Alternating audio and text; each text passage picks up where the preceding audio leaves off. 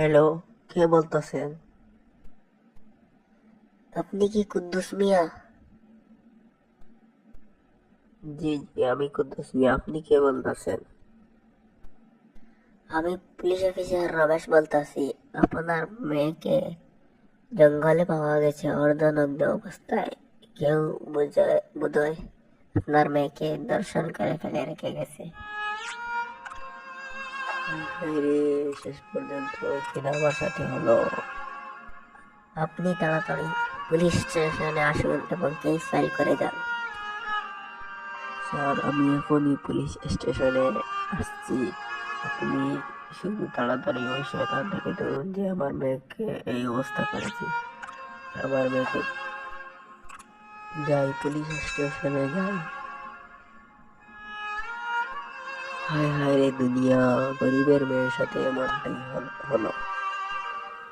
আপনি কি কুদ্দুস মিয়া, সেই মেয়েটার বাবা?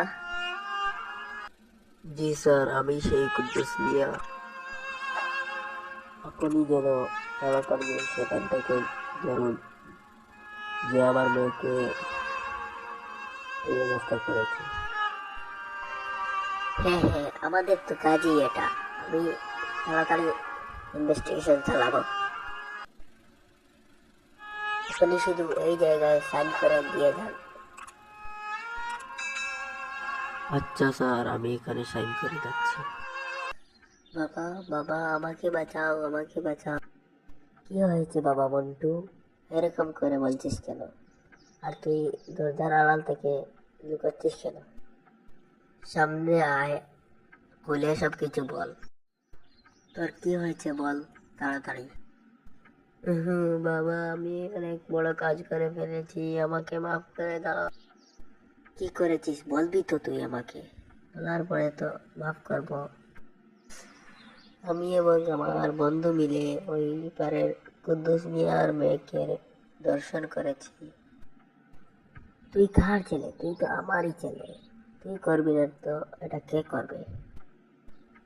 দাঁড়া, তুই বাড়িতে থাকবি, আমি পুলিশের কাছে যাই, কিছু করা যায় কিনা। আরে, মেঘনা চাইতে জল, তুই আমার কাছে কেন? তোকে তো আজকে জেলে পুরে রাখবো। এই পুলিশের বাচ্চা, তুই আমার ক্ষমতা জানিস?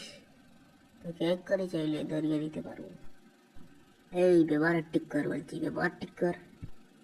আচ্ছা স্যার, মূল কথায় আসি।